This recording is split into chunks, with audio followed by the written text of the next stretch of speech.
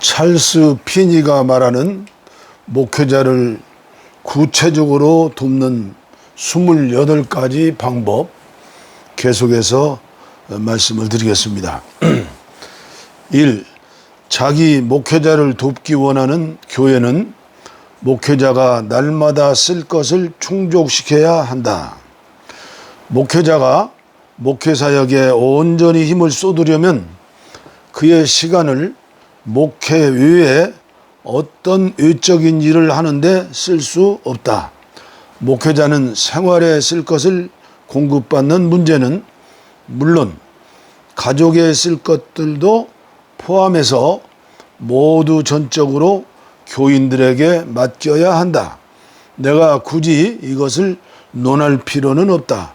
내가 하는 말이 무슨 뜻인지 알 것이다. 하나님께서 이렇게 명하셨다.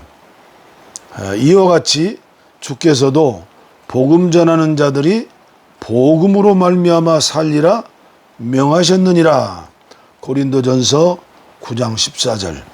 하지만 주위를 둘러보고 교회들이 주께서 명하신 이 명령의 말씀에 얼마나 충실한지 보라.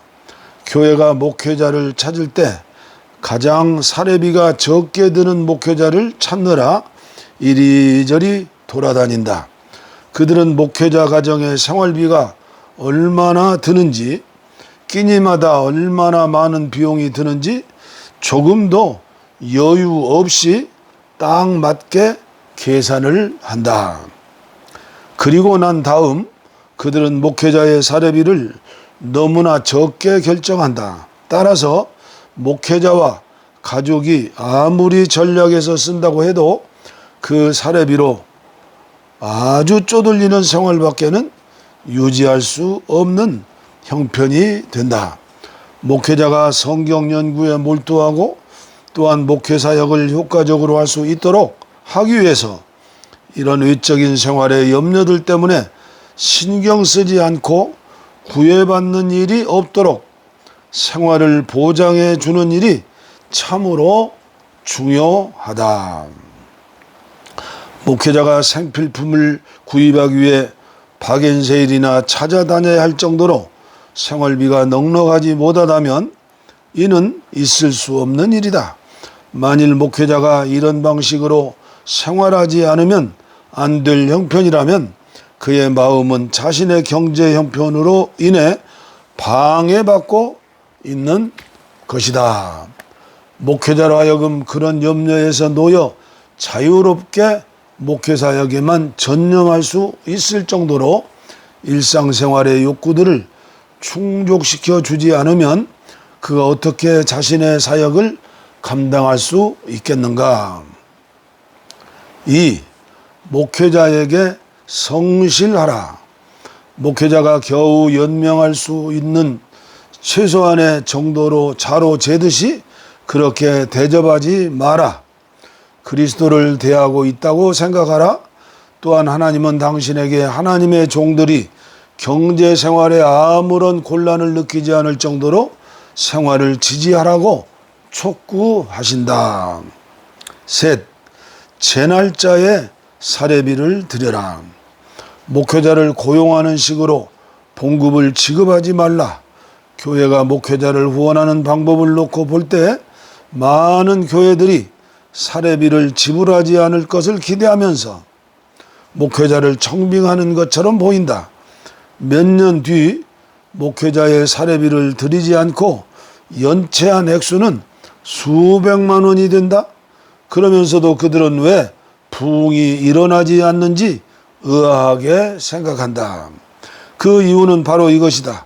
즉 교회가 거짓말을 해왔기 때문이다. 그들은 그렇게 많은 사례비를 신실하게 지불하리라는 약속을 하고도 그것을 이행하지 않은 것이다. 하나님은 그런 교회에 성령을 지속적으로 쏟아부어 주실 수 없으시다. 넷째, 목회자로 하여금 사례비를 요청하게 만들지 말라. 목회자가 사례비를 받기 위해서 교인들을 졸라댈 수밖에 없는 형편에 처하는 것보다 더 목회자를 곤욕스럽게 하는 것은 없다. 목회자는 대적을 만들고 사람을 불쾌하게 하는 일을 한다. 왜냐하면 교인들이 목회자에게 약속한 대로 사례비를 주지 않고 그로 하여금 돈을 달라고 자꾸 재촉하지 않을 수 없게 만들기 때문이다. 만약 상점과의 신용 문제가 걸려 있다면 즉시 지불할 것이다. 그러나 양심과 하나님의 복이 관계될 때면 그들은 그런 문제를 제쳐둔다. 만약 그들 중 누가 은행에 빚을 지고 있다면 은행문을 닫기 전까지 그곳에 도착하도록 주의를 기울일 것이다. 왜냐하면 은행 측이 항의라도 해오면 명예에 큰 손상을 입게 되기 때문이다. 하지만 그들은 목회자가 사례비를 달라고 재촉하지 않는다는 것을 알고 있고 그렇기 때문에 목회자의 사례비를 드리는 문제에 주의를 기울이지 않는다. 목회자는 불편한 가운데 있음이 틀림없다. 도시교회에서는 이런 일이 시골만큼 흔하지는 않다. 나는 마땅히 해야 할 일을 보류하는 나태하고 잔혹스런 참으로 비통스러운 사례들을 안다. 교회들은 상습적으로 거짓말을 하고 속이며 그렇게 한 뒤에는 자신들의 교회에 부흥이 전혀 나타나지 않는 것에 대해서 의아하게 생각한다. 왜 의아해야 할까? 다섯 번째, 목회자를 위해서 기도하라. 내가 이렇게 말하는 의미가 무엇이라고 생각하는가? 사도들도 그들이 섬겼던 교회들을 향하여 자신들을 위해서 기도해 줄 것을 촉구했다. 이 문제는 당신이 생각하는 것보다 훨씬 중요한 비중을 두고 있다. 목회자들이 사람들에게 자신을 위해 기도하라고 하는 것은 자신의 유익을 위해서만이 아니다.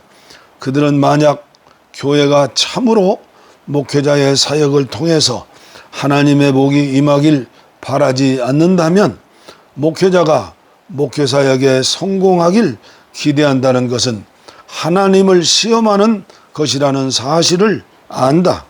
목회자들이 설교 시 하나님의 복이 임하길 바라는 뜻에서 얼마나 많이 자신을 낮추고 비우는 마음으로 강단에 나아가는가? 하지만 동시에 그들은 그것을 기대할 아무런 이유가 없음을 느낀다. 왜냐하면 교회는 그것을 기대하지 않기 때문이다.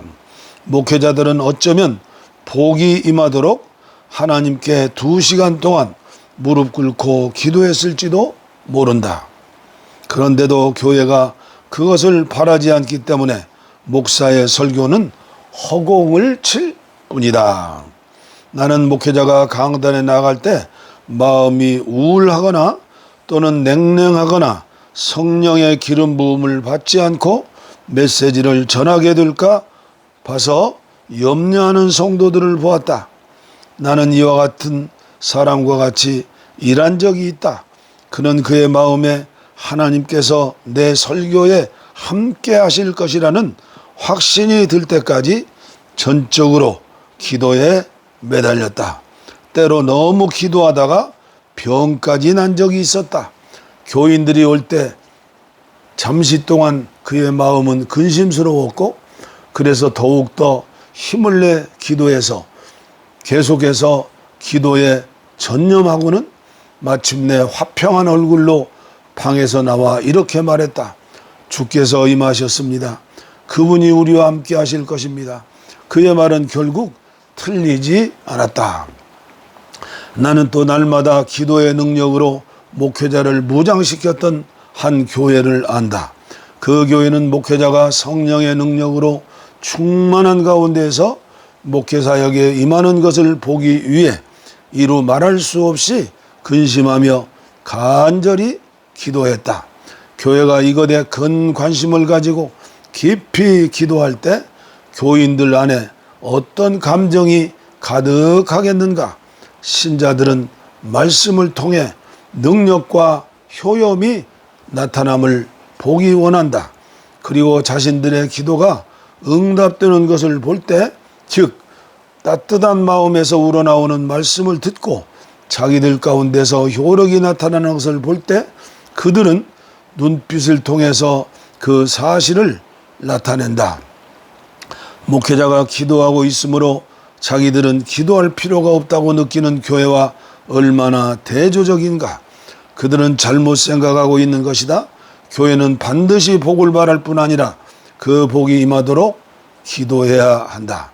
하나님은 자신이 이스라엘의 집에 의해서 요청받게 될 것이라고 말씀하신다. 당신은 이것을 대신할 만한 것이 결코 없다는 것을 느낄 필요가 없다. 나는 교인들은 좀처럼 기도하지 않은데 오히려 무슨 집회가 있을 때마다 손님들이 기도함으로 교회의 부흥이 나타나는 경우를 목격하기도 했다. 이런 일은 늘 불행한 것이다. 그런 경우에는 부흥이 일어난다고 해도 능력이 덜 나타나며 또 교회의 유익이 덜 되는 그런 부흥에 지나지 않을 것이다. 나는 외부인이 아닌 지교회의 정회원들에게 기도할 것을 계속해서 부탁함으로써 외부에서 온 신자들과 목회자들을 화나게 한 적이 종종 있는 줄로 안다. 그렇게 한 것은 외부에서 온 교인들을 존경하지 않기 때문이 아니라 그 집회의 목적이 본교회의 회중에게 하나님의 복을 구하는 간절한 마음과 기도와 고뇌가 증가하도록 하는 데 있기 때문이다. 어느 한 지역에서 오랫동안 집회가 열렸는데 아무런 좋은 결과도 없이 끝났던 일이 있다. 사실은 오히려 안 좋은 결과만 나왔다. 나는 그 이유에 관해서 물었고 집회가 열리는 동안 교인들 가운데 한 사람도 자원해서 기도 인도를 맡은 사람이 없었다는 사실을 알았다. 매번 집회에서 기도 인도를 외부에서 참석한 사람들이 했던 것이다. 좋은 결과를 전혀 얻지 못했던 것은 결코 이상한 일이 아니다. 그 교회는 한마디로 부흥에 무관심했다. 그 집회의 인도자는 부흥 집회를 잘 인도했지만 그 교회 교인들로 하여금 부흥 역사에 참여하도록 하는 일 없이 부흥의 불길을 일으키려고 힘썼다. 그 인도자는 게으른 교회로 하여금 여전히 누워 있으면서 아무런 일을 하지 않은 상태에 있도록 그냥 내버려 두었다. 그런 곳에서 좋은 결과가 결코 나타날 리가 없다. 교회들은 목회자를 진리의 말씀을 가지고 죄인들의 강팍한 마음을 녹이는 하나님의 사자로 알고 그를 위해서 기도해야 한다. 사람들은 목회자를 위해 형식적으로 기도하고 기도 모임 외에는 따로 좀처럼 기도하지 않는다. 그들은 냉랭하고 과거에 해오던 식으로 기도한다. 주여, 주님의 목회하는 종에게 복을 내리소서. 주님께서 시온성의 이 부분에 두신 그 종에게 아무런 열매가 나타나지 않는 것은 지나친 무관심 때문이다. 그것은 개인적으로 목회자를 위해서 기도하는 일을 한 번도 생각하지 않고 목회자의 사역에 하나님의 은혜가 나타나길 바라면서도 스스로 몸부림치며 간구하는 일이 결코 없다는 사실로 알 수 있다. 그들은 기도 모임에서 목회자를 위한 기도를 아예 빠뜨릴지도 모른다. 만약 그들이 그렇게 한다면 참으로 목회자의 사역에 대해서 조금도 관심이 없는 것이 분명하다. 그러나 기도회가 가장 중요한 장소는 아니다. 목회자를 위해서 효과적인 기도를 드리는 방법은 혼자 은밀한 중에 하나님께 매달리면서 목회자의 성공적인 사역을 위해서 기도하는 것이다. 나는 한 목회자가 의기소침하게 되고 또한 어둠의 불길한 전조를 느낀 나머지 건강이 몹시 악화되어서 마침내는 더 이상 설교할 수 없다고 느끼게 된 경우를 알고 있다. 그 교회의 교인 하나가 목회자의 이런 형편을 알고는 각성하게 되었다. 그는 성령께서 그 목사의 설교를 거룩하게 구별하여 쓰시길 기도했다. 어느 주일날 아침 그 사람의 마음은 몹시 조급했다. 동이 튼 뒤 일찍부터 그날에 임할 하나님의 축복을 위해서 계속해서 기도하기 시작했다. 그 목사는 우연히 그 사람의 기도 소리를 들었다. 그는 그 목회자의 형편에 대해서 생각하는 모든 것을 주님께 아뢰고 있었고 또한 복을 내려주시길 탄원하고 있었다. 그 목사는 그날 설교를 했고 밝은 빛이 그에게 비쳤다. 그러자 청중들은 전하는 말씀에 압도되었고 마침내 그날부터 부흥이 시작되었다. 여기까지 마치고 계속해서 또 전해드리겠습니다. 감사합니다.